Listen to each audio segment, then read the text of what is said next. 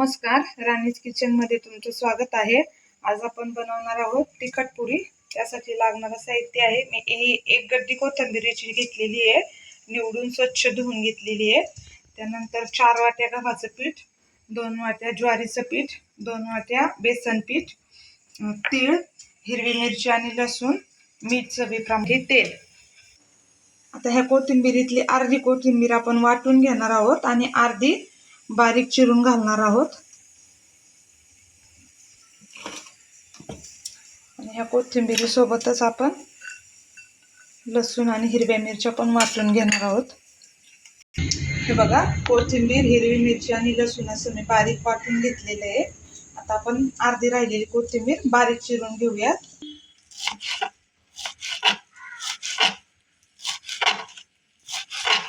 कोथिंबीर बारीक चिरून घ्यायची। कोथिंबीर जास्त घातल्यामुळे पुरीची चव छान लागते।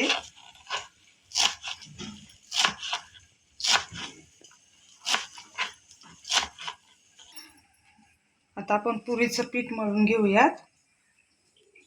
घेते हे गव्हाचं पीठ, त्यानंतर डाळीचं पीठ आणि ज्वारीचं पीठ घेतलंय, त्यानंतर बारीक चिरलेली कोथिंबीर,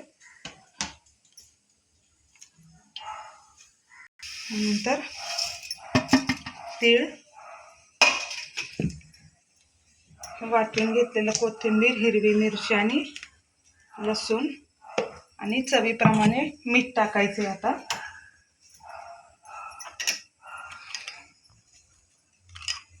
आणि आता आपण हे पीठ पाणी घालून मळून घेऊयात।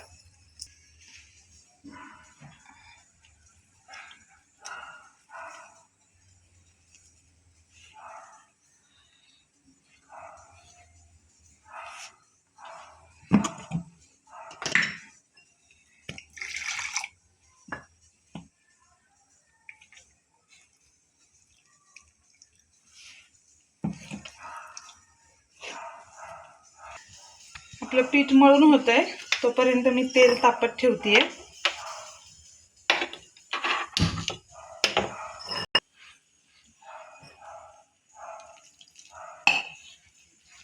थोडं थोडं पाणी टाकून घट्ट पीठ मळून घ्यायचंय। पुऱ्यासाठी घट्टच पीठ लागतं, त्यामुळे घट्ट पीठ मळून घ्यायचंय।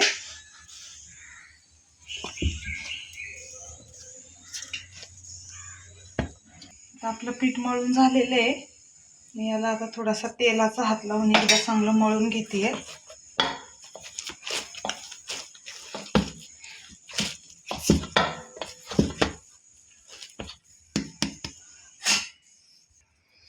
आता आपण पुऱ्या करून घेऊयात।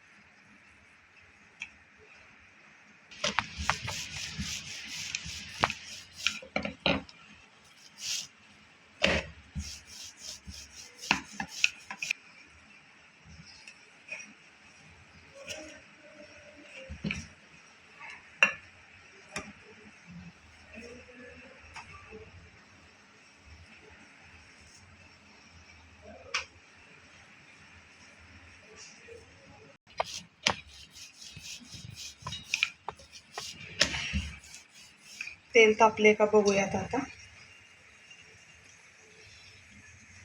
तेल तापलेले आहे। आता आपण पुऱ्या तळून घेऊयात आपल्या।